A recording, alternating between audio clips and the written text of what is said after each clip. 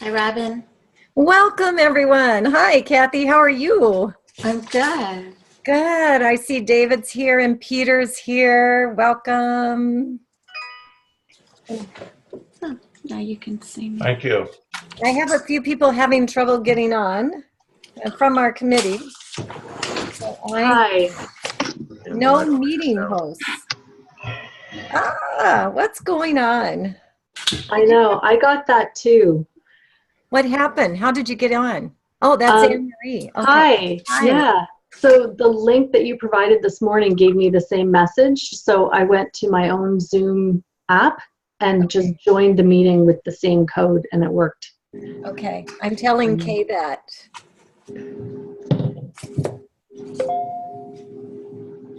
Nothing like that boost of dopamine and adrenaline.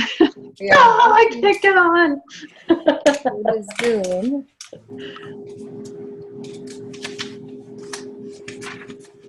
And join with this number. Pardon me for just a moment while I get this handled. And for any participants on the call who haven't already, Robin graciously put together some handouts that were sent to you in an email. Not getting any sound. You're not getting any sound. I hear Anne Marie.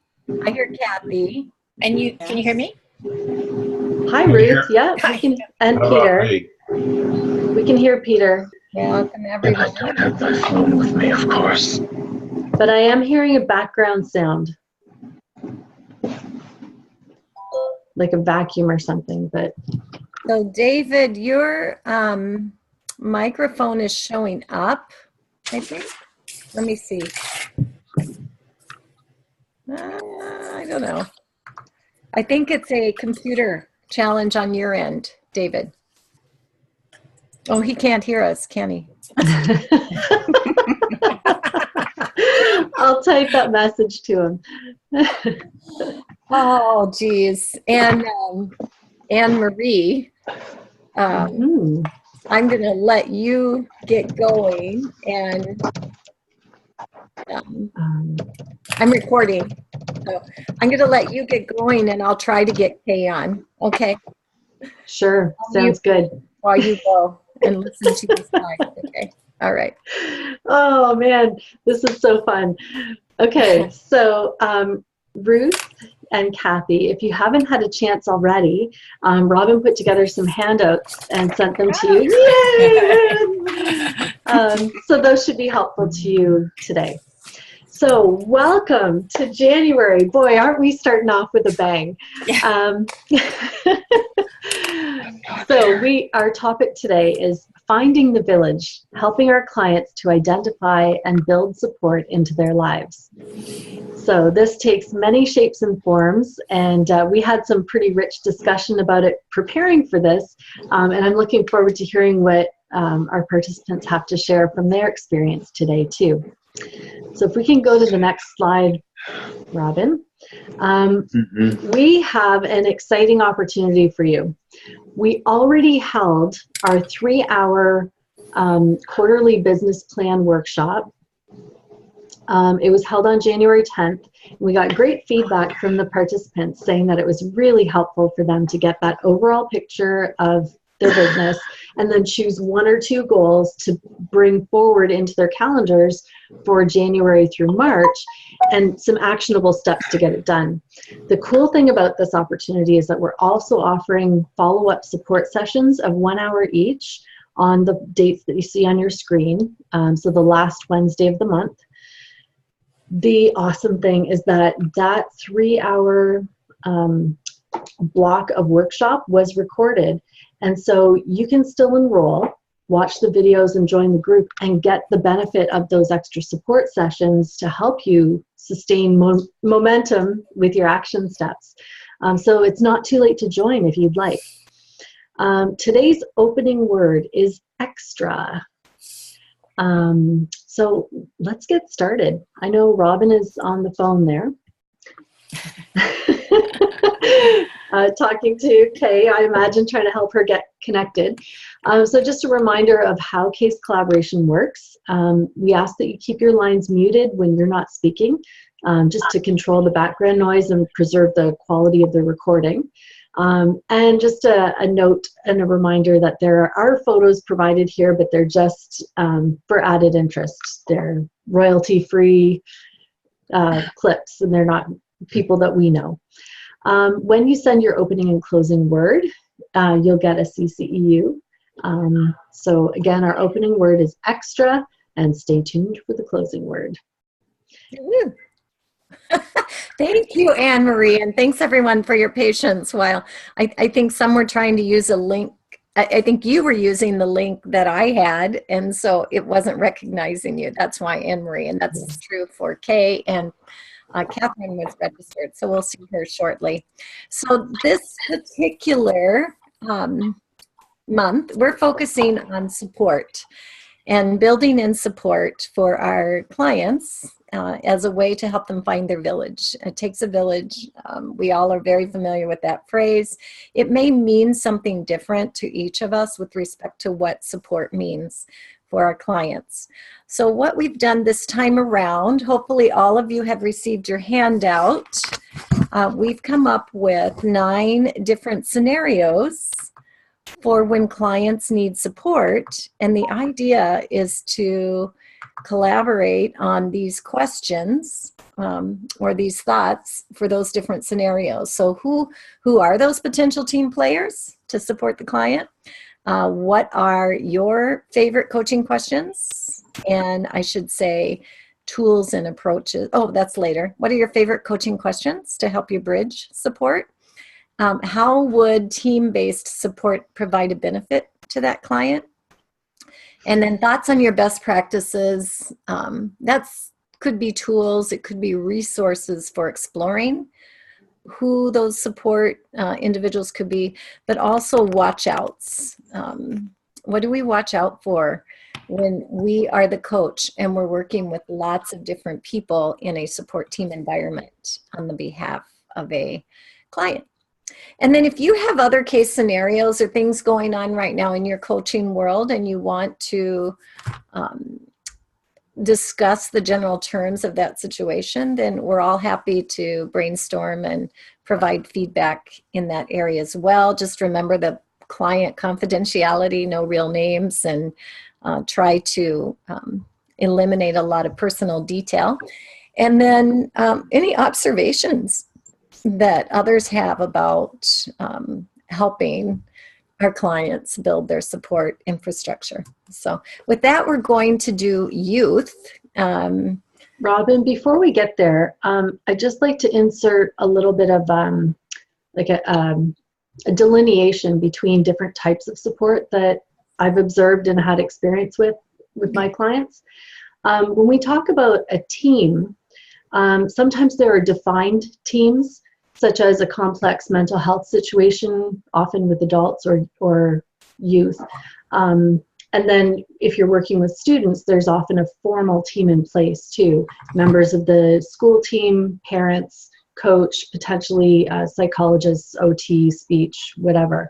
Mm-hmm.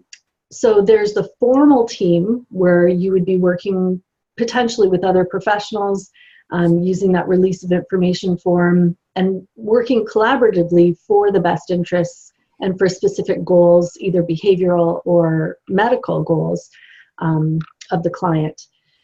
There are other teams where it's more informal and you're just kind of a guide with the client alongside them. So because I deal mostly with adults and college students, I've experienced more of that where you're helping the client build their own village of support. Like who can support you in this situation, in that particular situation. So it's really eliciting information from the client about who their supports could be, but it's upon them to reach out and ask for that support. We help them with self-advocacy, but they're really the ones who are the ones reaching out. Sometimes they need us to help them see possible supports. They may not see them right away, and we can help open their eyes to that support. Awesome. Thank you. So we have youth first, and there are 3 different scenarios on here for youth, and maybe you have a scenario yourself that you'd like to discuss as well. You actually have the handout, so you have these summaries on your handout and a place to jot down notes as we discuss. But the first is that young child. So this could be somebody preschool, early elementary school, who's struggling at school to stay focused. Maybe there's a big hyperactivity component. They're getting in trouble with their peers, not able to play appropriately during recess, or talking out of turn. Another one is that teen who is in the overwhelm mode, maybe experiencing some emotional outbursts during homework time at home because of that, or they're frustrated. Maybe they're very, very bright. I see this all the time in my practice. Very, very, very bright students, and they don't understand why they have to do all the work, right? And homework takes them hours and hours and hours on end, and they're not seeing the benefit of that homework for them. And then there's that at-risk youth. So that's a youth who's not dealing really well with the ADHD piece and what's going on in his or her life. And they're on this bad trajectory, which could lead to all kinds of bad outcomes, as we know, when ADHD is untreated and not managed well. So some of those scenarios are there: the high school dropout scenario, a teen pregnancy, using drugs, chemicals, self-harm, maybe even as extreme as jail time. The other one that's not on here is risk of, well, self-harm is kind of in that ballpark. So we see a lot of increase in teen suicides and children taking their lives, which is very, very tragic. But you kind of get the sense of the trajectory there. So who would like to speak to one of these 3 scenarios or one of their own and talk about some of those discussion points? This is Kay. Hi, And Kay. I would like to start with the at-risk youth, because I think that's a place where we as coaches have to be very, very careful, because there's some very serious stuff going on here. And oftentimes, this stuff is so serious it really needs some mental health help. One thing I can share that happened to me one time, I was working with first of all, I worked with a therapist collaboratively with some of these kids. Generally, I don't get this kind of kid, and if I did, I would absolutely want somebody else in a team. But I worked collaboratively with her. So that worked out really well, because she was really, really handling the mental health piece. And another piece of this, I think, and we should talk about this with teamwork, is that a release of information is just critical, so that you can really share information. So she and I both shared information about this young woman.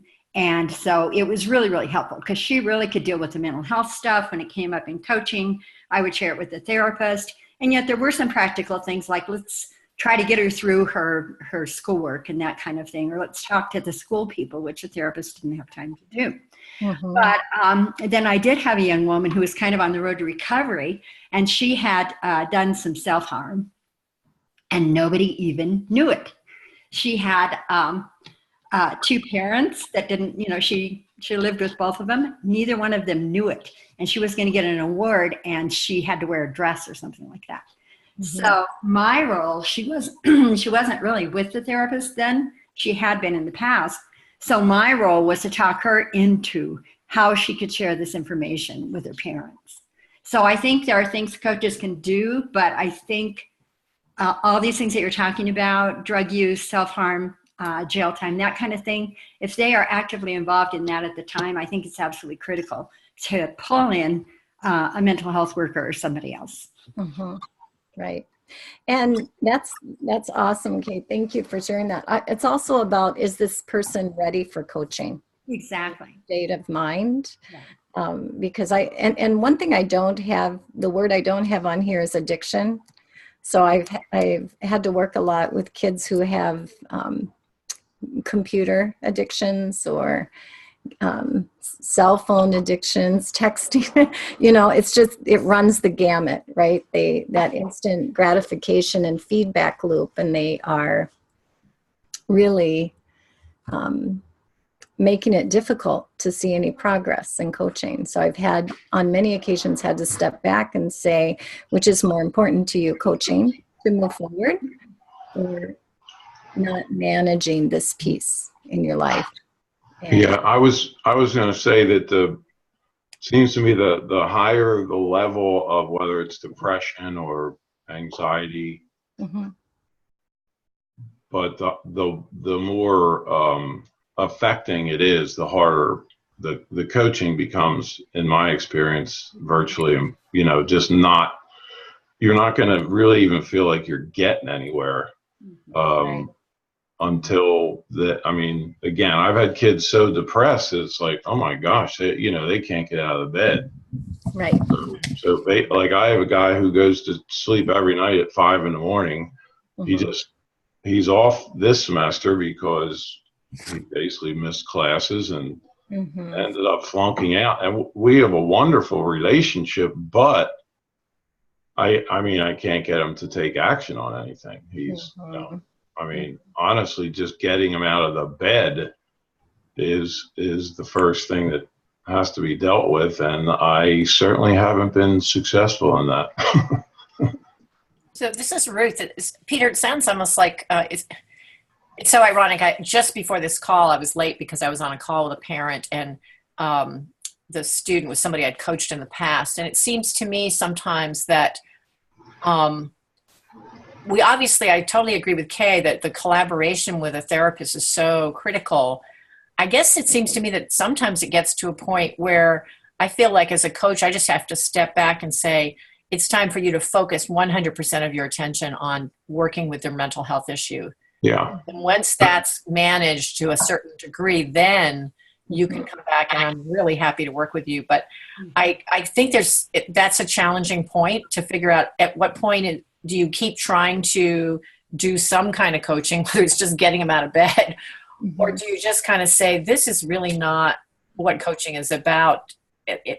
Coaching is going to be able to be so much more helpful to you if you can get this other thing managed, and anything I can do to help support you. And sometimes it's about, I've talked to students, college students about, would you like me to help you a bit with making the contact with an appointment with the counselor? So we can support them with taking action on that level. But I think sometimes we just have to step back and say, come back to me in a few more months when things are in a different place and you're ready to take advantage of what I have to offer you. Absolutely. And Ruth, I was just going to say, I think sometimes the best thing a coach can do if they have a good relationship is help facilitate that connection with the counselor. Exactly. With the counselor, because you already have a relationship with them, and slide them over and say, I'm, yearly waiting your return. Isn't it interesting how often sometimes a student to me comes to coaching, they really should go to counseling, but there's a hesitation. Yeah. Coaching seems so much less threatening, and it doesn't mean I've got a problem. And I think you're right, Kay. Oftentimes we can be the introduction to encouraging them to move to counseling, which is where they're going to get the best support at that time. The interesting thing there is you wonder, based on your connection with them, whether they're sharing more with you than they are with the counselor. And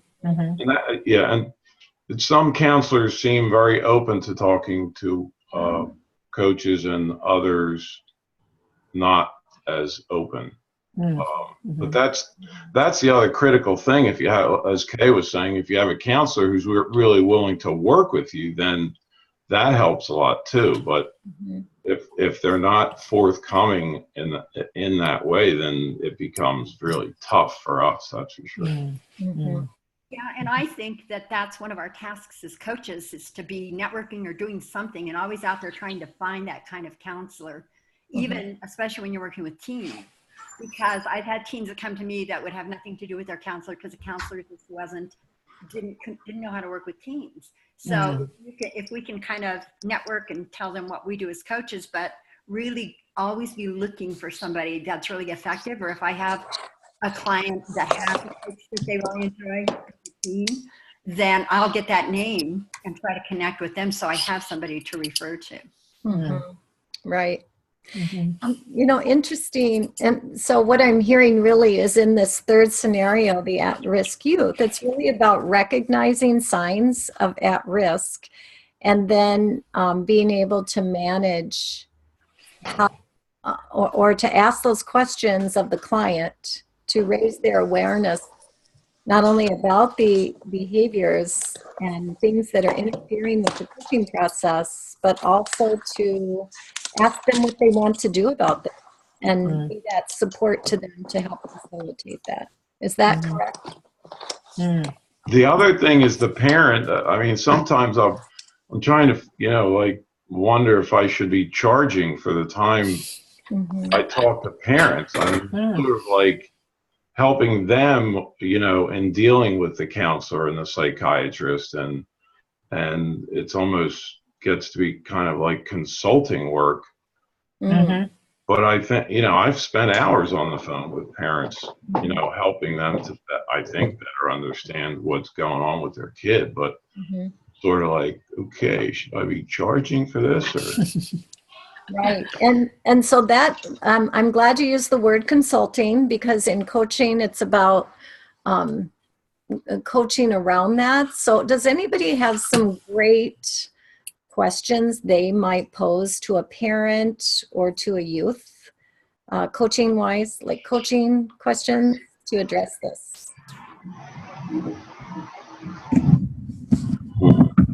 I'm not sure what you mean. Okay. Coaching questions to address what? So in particular? So it's not, in coaching, we're not directive, right? We're non-directive. So some ideas about coaching questions a coach could ask of the client or of the parents to help them process their next steps, what they want to do about a situation. So what if you had this girl who looks like the at-risk youth in your office, and she just told you she was cutting as a way to cope, right? Hi, this is Kathy. I think it goes back to that confidentiality agreement, in that, when you explain that to the kids, that everything they tell you will be confidential unless they pose a threat to themselves or others. Right. Cutting is definitely a threat to themselves. Yes. So I would say, listen, this is not a good thing. Cutting, can we agree that cutting yourself is really a sign that you're not doing very well? And I'd like you to tell your parents. I'd like you to be open. If you need help, I'll help you tell them. If you can't tell them, I will have to tell them. Because that really, I can't be witness to that going on. Also, drug use, drinking, non-compliance with taking meds. A lot of kids, I'll ask them about it. Are you taking your medication? Sometimes. Yeah, sometimes. Well, it's not going to work sometimes, You're taking your antidepressant? Well, I don't know, sometimes. Yeah. Sometimes I forget. But it's not going to be helpful. So I think you're dealing with kids. You want them to be able to trust you as their coach, but you're not their parent. And sometimes parents are really blind to what the kids are doing, or the kids are so sneaky about what they're doing. And everyone's busy. So I think sometimes parents hire coaches to sort of delegate their responsibility elsewhere. I give up. You deal with them. I'm working with a young man. He's in college. He's he is 21, but he acts much younger because of his ADHD and other issues. And both parents email me on a regular basis to tell me that his personal hygiene is terrible. And his breath stinks. He's sure he's not showering. And Kathy, you talked to him about it, which is, you know, kind of sensitive. But I do. I just say to him, let's talk about self-care and personal hygiene. Right, right. How often are you showering? And are you brushing your teeth? Mm-hmm. And we talk about toothbrushing a lot because I don't think he is. Mm-hmm. When we Skype or FaceTime, and he doesn't look that well, young, and I tell him, if you want to be attractive to, you want to attract a partner, you have to smell good. Mm-hmm. But people like people who smell good. Right. But yeah, Right. It's interesting, I don't tell the parents. Now, both parents emailed me about the same thing. And I said I would speak to him about it, which I did. And I actually told him that both of your parents are concerned. Mhm. I don't have confidentiality with the parents. I do with him. And he said, I don't know why they're always on my case about it. Mm-hmm. Yeah. That's great you brought that up. So we don't have confidentiality with the parents, but we do have confidentiality with our client. And that's a great takeaway for me today, because I always feel like, I always say, if you want to share feedback with me, send an email to me and your child, or bring it up in the beginning of a coaching session if it's a minor, just as something that would be appreciated if it were explored, right? And then we can do the coaching around that. So I like that, to remember to keep it in perspective. The confidentiality is with the child, holding it there, and not necessarily holding it with the parent and being sneaky, right? Yeah. And this is Kay, and I discuss that with the parents too, and they want to discuss issues with me. I say, well, I'd like to share this thing with your student or your kid, because that's really the best way for me to address it, so that they know too that I'm going to share it. A great point. Thank you. So go ahead. If it's okay, I just wanted to return to a point that Kathy made about parents sometimes, like, everybody's busy, and kind of, they may have gotten to a point where they're just fed up and they're like, okay, I can't deal with this anymore. Amory, here you go. And I've had two situations where it was more of a case of number three. There were some mental health issues. One set of parents were in complete denial about it, and they felt like, oh, but we're getting help for our child because we're getting coaching. But it was upon me as a coach to say, this isn't sufficient. And even though they wanted, and I let it coast for a little while too, as I was getting to know the client. But it got to a point where I was like, I know your goal is to help your child. I'm not the professional that you need right now. I can't provide the help that this child really needs. And, I will not continue unless there's also a therapist involved. You are free to stop seeing me, but if you do want to keep seeing me, the only way I'll continue is if there's a therapist involved. Yeah. So nice. Great. Well, we have a few more minutes. We could linger on this slide. And I know we've talked a lot about the at-risk youth. Any comments, quick comments we want to make about the top two scenarios, the younger child or the teen shutting down? What would be some ideal support team members for those two? I think for the young child, you'd have to, might want to contact the school guidance counselor Sometimes they have little groups that kids who are not socially adept can join and get some pointers on how to join a group. You could also talk to the people who supervise recess and point out to them that this kid would like to play but doesn't really know how to get join a group. It's a skill that some kids that we work with just don't have. So their idea of joining a group is to steal the ball and run around the playground. But that's not really a way to make friends. You know, it's just a way to sometimes annoy kids. So I would talk to the guidance counselor, the people who supervise recess, and the classroom teacher. Okay.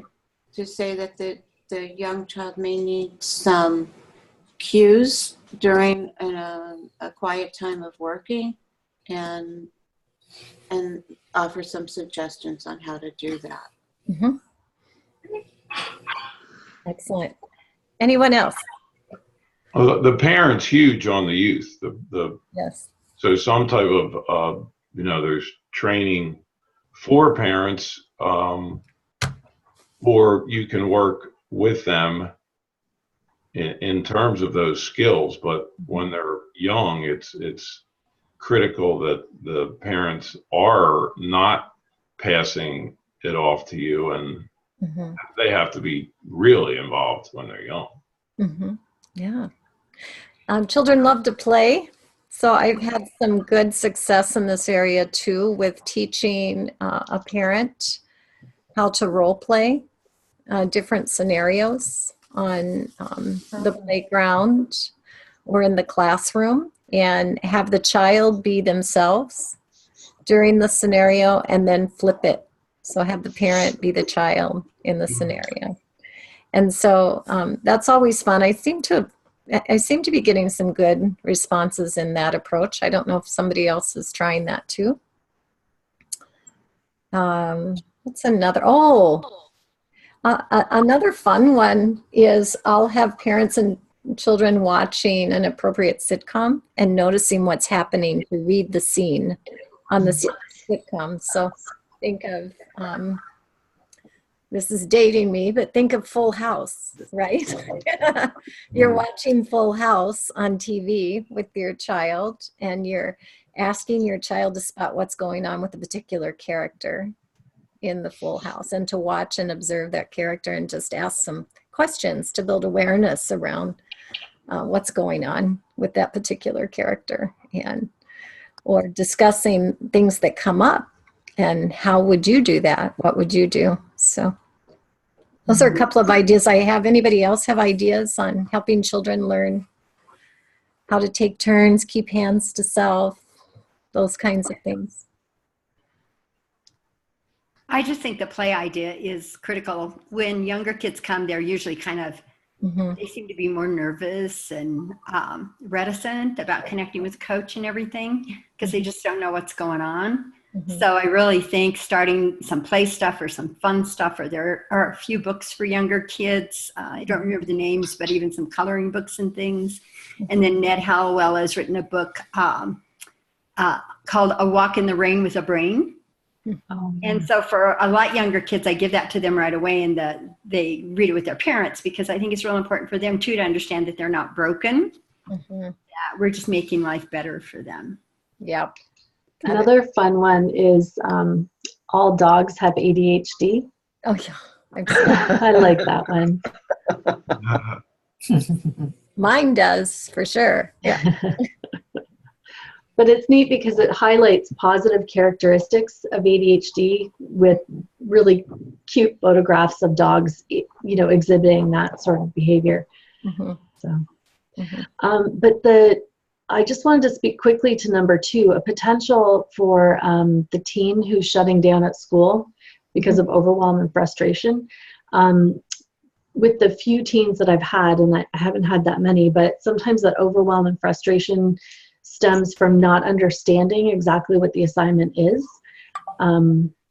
So, looking at, okay, who could be a support, or what could be a support to finding out more detail?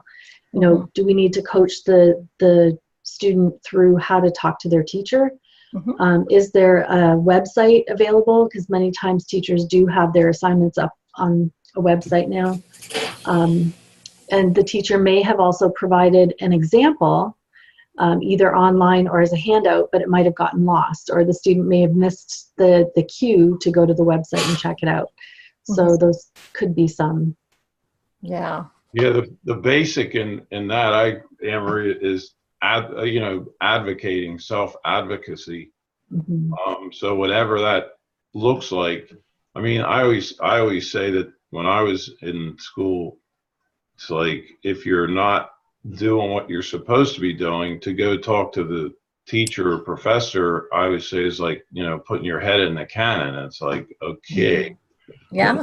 That's like, in college, I never spoke to a professor because it was like, well, why do I want to alert him to all the stuff I'm not doing? And as I always say to college students, so honestly, it's like, I don't care. They still work for you, and you have every right to go and ask questions because, that's their job. Although a lot of professors want to pretend it isn't their job. It is their job to help you, but getting them to do it. My point is that it's hard for them. They feel like they're always messing up, and so being self-advocating is really difficult for them. Yeah, because part of that is saying, I need this, or I'm confused, and to be okay with that feeling and not being like, oh, I'm less than, or I'm stupid because I don't understand. But no, it's understandable that anyone would be confused, and it's okay. It's your right as a student, like you said, Peter, to ask for clarification. This is part of the gig. It's getting further. Partly to me, the whole, sort of guilt versus shame, that I don't feel guilty because I didn't do the assignment, and I'm not a worthy person as a student, and I don't have the right to ask a lot of questions because I'm an unworthy person. Sure. And that's a dangerous place to be, obviously. Yeah. I think that a lot of us who coach high school and college students, we realize that they're wounded learners. They're wounded because Good term. That's not mine. That's from Mary D. Sklar, who I love. But they are wounded in some way because their brain just doesn't work the way most kids' brains work. Like I had ADHD when I was in high school. I just could not sit down consistently and do my homework. I was thinking about other stuff. My friends could do it, and I was always like, "You can just sit there and do that. It's so boring, To me, if it was exciting, I could do it. If it was challenging, I could do it. But yeah. So a lot of them are wounded, and then they feel that shame. So it's good to tell them that you have a really good brain. It's just a little bit different. Right. Yeah. Nice. Thank you. Adela, real quick, you raised your hand. Did you have something you wanted to say? I unmuted you.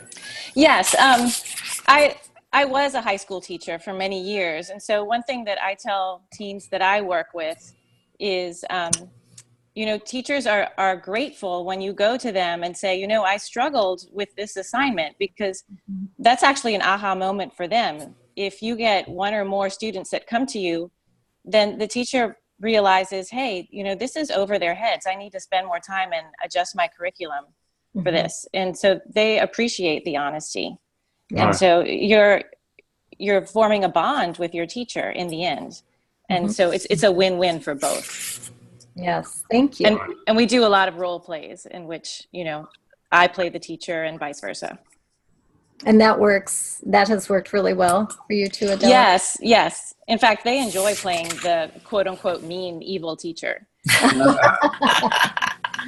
That works very well. So you're role playing self-advocacy, in other words. Absolutely. Absolutely. That's very good. I like that. And then we tie the accountability into it as well. I help them pin down, well, when in your schedule can you see the teacher? Do you need to email your teacher ahead of time to make sure that he or she is available? That type of thing. Yes. And then they check in after they have met with the teacher. So the taking action part. Absolutely, absolutely. And then I can say, oh, I see that your head is still attached to your body. He didn't bite your head off.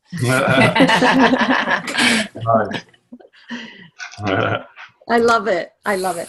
Well, this has been a great discussion on youth. I switched the slide to adults. We have 2 more slides. We have couples and parents, and we have adults. And obviously, we have a much bigger plate than what we can consume today. But if there were one on here that we could spend about, I don't know, maybe 5 minutes discussing, is there anyone in particular someone's just dying to talk about for these adults?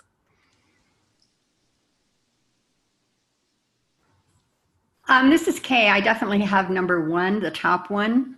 Okay. This is a kid that was sent to me, or a young adult. She's not a kid.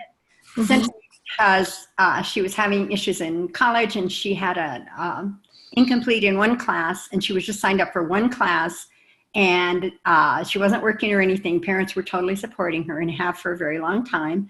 Got some mental health issues, does have a therapist. And she was doing really well with this class, and then all of a sudden she just didn't finish it at the very end and didn't really share that with me. I thought this was a success area in her life. So right now we're coaching for 1 more month to see what she's going to do with her life. And her parents have just kind of said, you know, you're going to have to make some decisions. And, you know, she's one who really avoids a lot. And so last session, I just said, you know, I really brought up parents and what's your conversation like and what are their expectations. And she was just, you know, skirting around it. So I just said, well, the elephant in the room is, are you going to have to get a job? And she said, yes.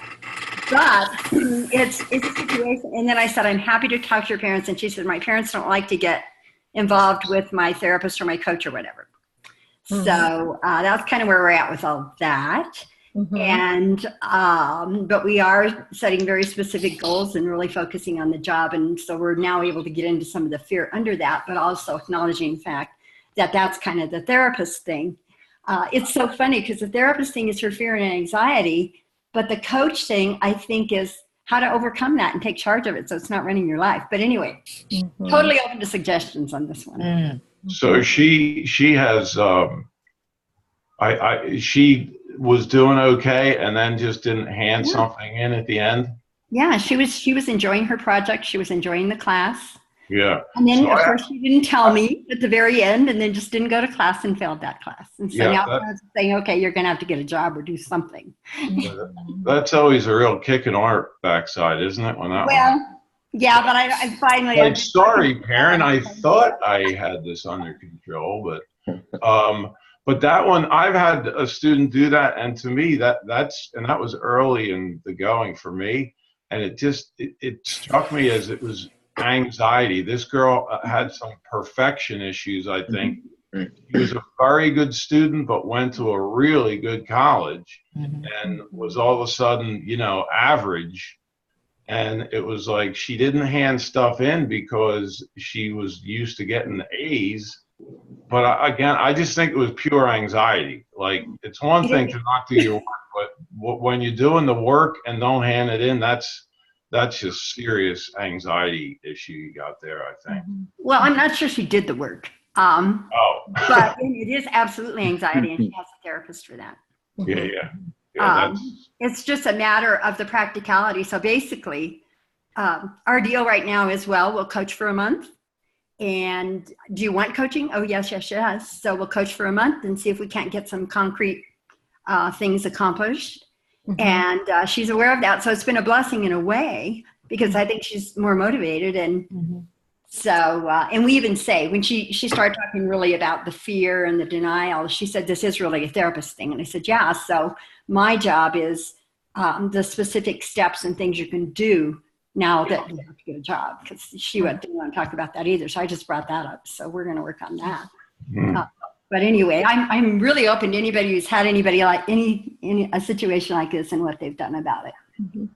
Has anybody used vocational rehab services for their clients or referred in that direction? Yes. How do you do that?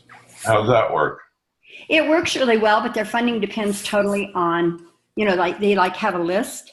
And if their funding is, if they have a lot of funding, then even, the ADD kids are eligible. And if they don't, they're not. And there's something, and this is kind of run by states, but it's in all the states.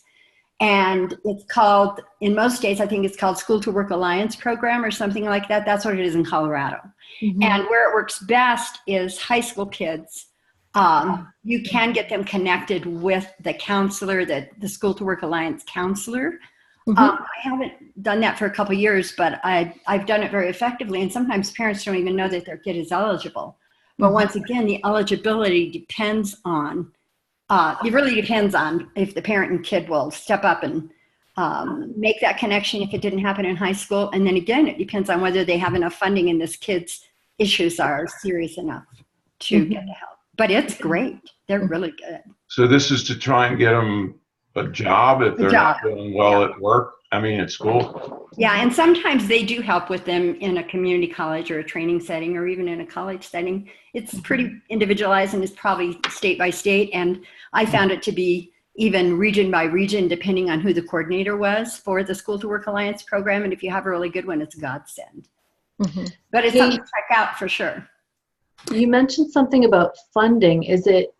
Does the student have funding because of educational reasons and testing, or is it the vocational rehab that has funding? It's voc rehab, and they decide who their clients will be. And actually, it was originally, anyway, in Colorado, I'm not sure if I'm speaking, in Colorado, it was originally the top priorities, they have a name for it, were firemen and policemen hurt in the line of duty, I think. That's how it started, but then they spread it to other disabilities. Mm-hmm. And I think when they have a lot of funding, the ADD, LD kids are more eligible. And when they don't, it's the more severe kids. Mm-hmm. And yet, let me go back on that, because I know that when I worked closely with them, they wanted to work more with the ADHD, LD kids because there was more chance getting them employed. Mm-hmm. But they were great. I mean, they would go and get them a job, and then they would, supervise them on the job. And they were really great with that part. They might still need a lot of other coaching, but in terms of, I would certainly look it up in your state and see what the deal is there, and especially for kids who just graduated. So here in Minnesota, when my daughter was younger, and she was not in high school at the time, they offered actually to train her. So they offered to leverage funds towards her training through some of the vocational training programs eligible through occupational rehabilitation. And her diagnosis, well, she has several, but her diagnosis made her eligible with the ADHD and the LD. And then in high school, my son my son actually had someone come on board in the high school and have a transition meeting to talk about options. If you don't go to college, what are some other options for you, and how can we help you in occupational rehab to do that? So that's how I got connected with them as a high school teacher. I actually went to them and said, come to my high school. I have kids who can help. And they actually did come in for transition meetings and met with the kids individually. And it was really fantastic as a special teacher to have that resource. And then so I knew about it afterward. And I already knew the coordinator. So we worked together with a lot of kids, several years ago. Yeah.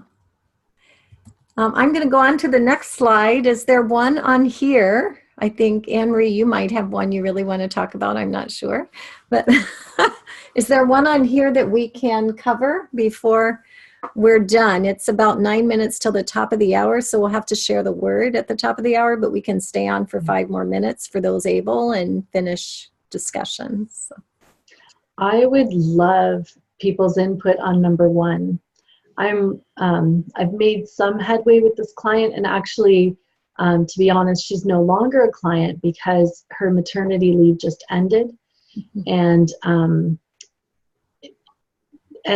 anyway, personal situations, there's no funding for coaching right now. So she's feeling completely isolated, and this continues even though she's back at work. She's very misunderstood at work. The job is not a particularly good fit for her. It requires a high degree of working memory, which she very much struggles with. So still isolated, still struggling, and challenged by new demands of parenthood and going back to work now, changes in relationship with the husband, and unstructured time. She lacks healthy peer relationships. Mom is sometimes helpful but unreliable. So mom has said, well, I'll help you with babysitting if you're doing something like grocery shopping or coaching, but for going to the gym, well, that's just fun, and you'll have to work that out another way. Meanwhile, this woman is very physically active. She always has been. She used to be a gymnast. So exercise would have been great for her, but it was a challenge for her to get to any sort of classes or the gym on a regular basis. So I would love to hear any insights. That's a great case. And she's probably going through, though you said maternity leave is a year. Wow, I want to live there. Right? So that stage of my life, way done. But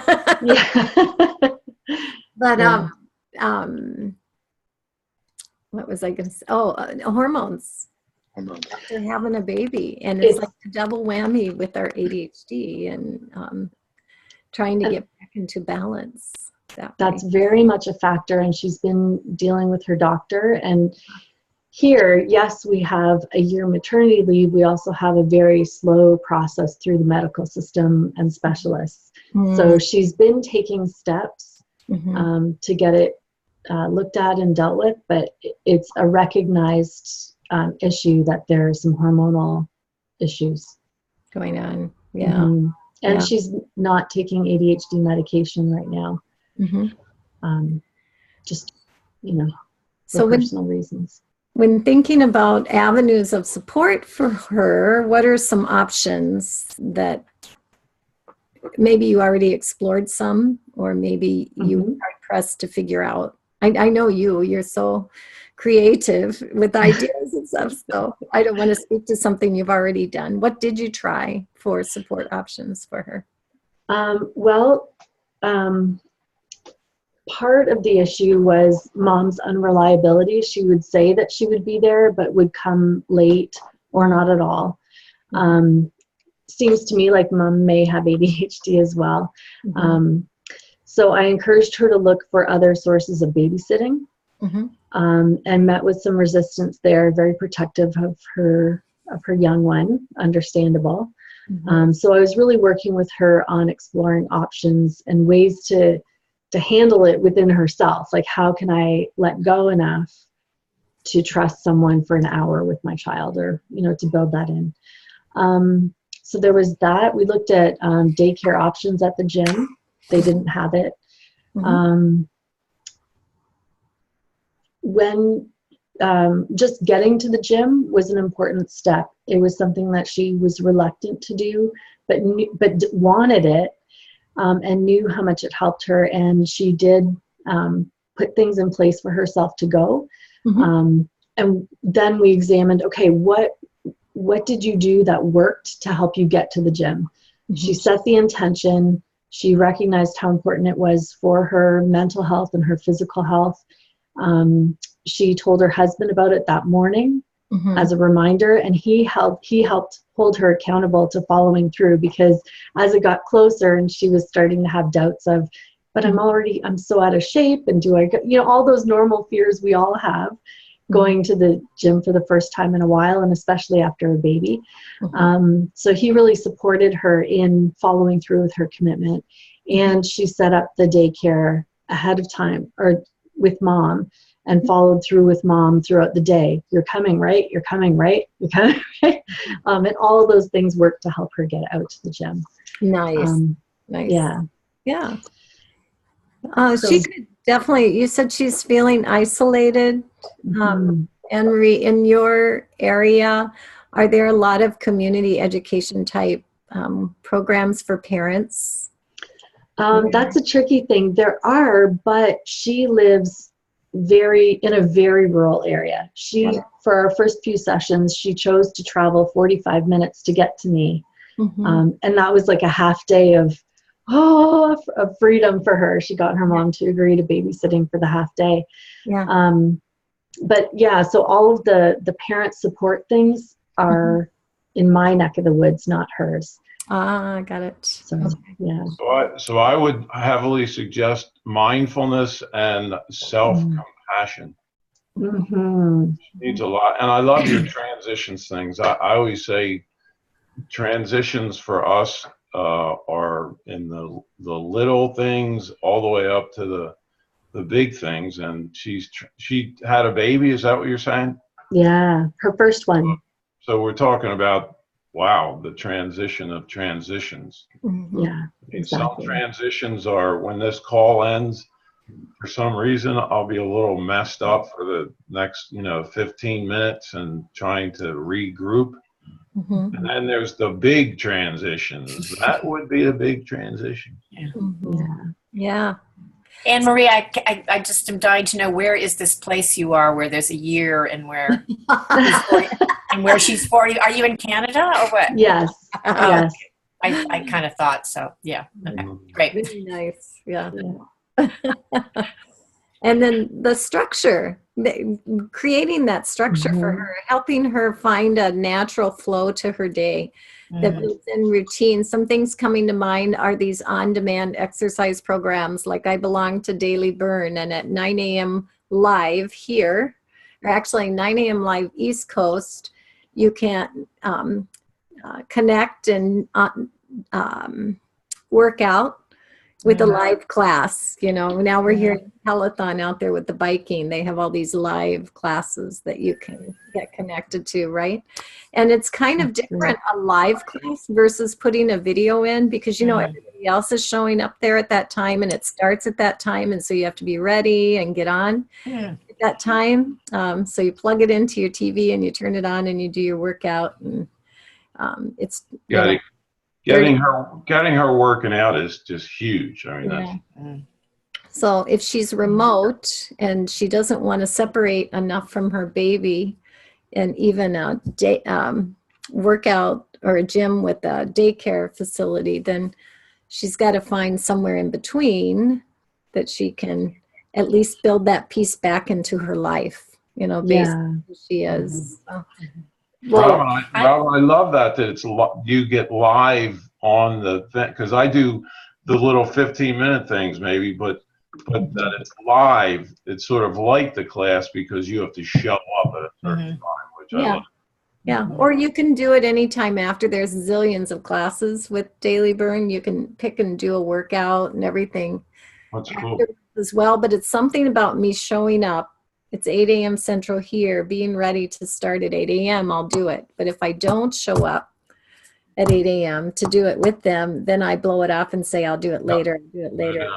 Later never happens. So, but that's one way to fit it in a busy day. The other thing is if she could start a group, her own peer group, if she lacks healthy peer relationships, maybe a do they have Meetup in Canada? Or she could start her own healthy peer group and find other moms in the same boat, because this is something that really happens to a lot of new moms. New Moms Unite, or whatever it is. That might be a nice support resource for her in the situation. So it is 10. I'm going to share the word. We did start a little late trying to get people on board, but I'm going to share the word real quick and we can come back for those who want to stay on. Oh, what happened to my word? Oop, hang on. My apologies. So the word for today is support. And for those who do have to drop off, we really thank you for coming and joining us in this hour, and we hope you get something out of it. Thank you, Kathy. Thank you. Just a reminder, I know Anne-Marie talked about it, We had an awesome quarterly business building workshop, and I know not everybody can set aside 3 hours to attend. If you have a business plan in place and you're working it, awesome.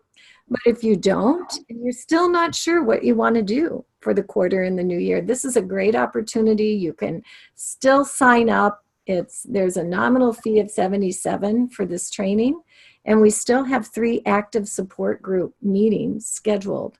So you could do the videos and watch the videos, and you can then come to the support meetings to work your plan. So don't eliminate that. Go on to the program sign up page to check into that. And then next month is communication strategies. If you have any ideas of what programs can do for you in 2018, please, please, please send us an email. We love those emails. We love to hear how we can serve the ACO community more and be on target rather than coming up with our own ideas, which may not be your needs. So please share that with us. And I'm going to go back to the slide. So we've got about 5 minutes before we have to stop. So did anyone else want to discuss, or Anne-Marie, any other questions or things that might be helpful in that particular case? No, I really like the idea of the on-demand exercise programs. I think she'll really resonate with that. And if she can find a way to make it a commitment, no matter what's happening with her son that day, that morning, or find a way, there might even be some mom and baby exercises that she could do that would be available. I think there is. I think there is one for new moms. So you'll have to have her go check out the Daily Burn and see. Yeah. And it's so cheap. I mean, it's so inexpensive to be a part of. So yeah. That's great. Yeah. Thank you. Thank you very much for that input. You're welcome. Anybody have a situation in their coaching practice right now where they're wondering how to leverage support for a client and they want to talk about that client in vague terms where we can help or collaborate?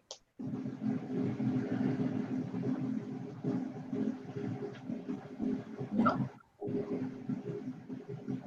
All right. Any more points we need to make or discussion points or case scenarios we need to talk about before we end the call? I hear crickets. Okay, everyone. So I just want to thank our participants because the whole purpose of this and what programs really appreciate is when people get on that even aren't on programs and offer their coaching experiences. So thanks. We had great participation today and we really appreciate that. yes. Yeah. For that reason, I would count this as one of our best ones because I think the conversation was great and so helpful. Very awesome. Yes. All right. Well, thank you all for being here in the wonderful committee. Woohoo! Our names are on there. It's just, we have so much fun working together. So thank you for all your contributions. And we will be in touch. Okay. Thank you. All right. Bye, everyone. Thank you. Bye. Bye-bye. Bye. Have an awesome day. Yes. You Have a too. warm day. A warm day as we all go into cold Yeah. here. Okay.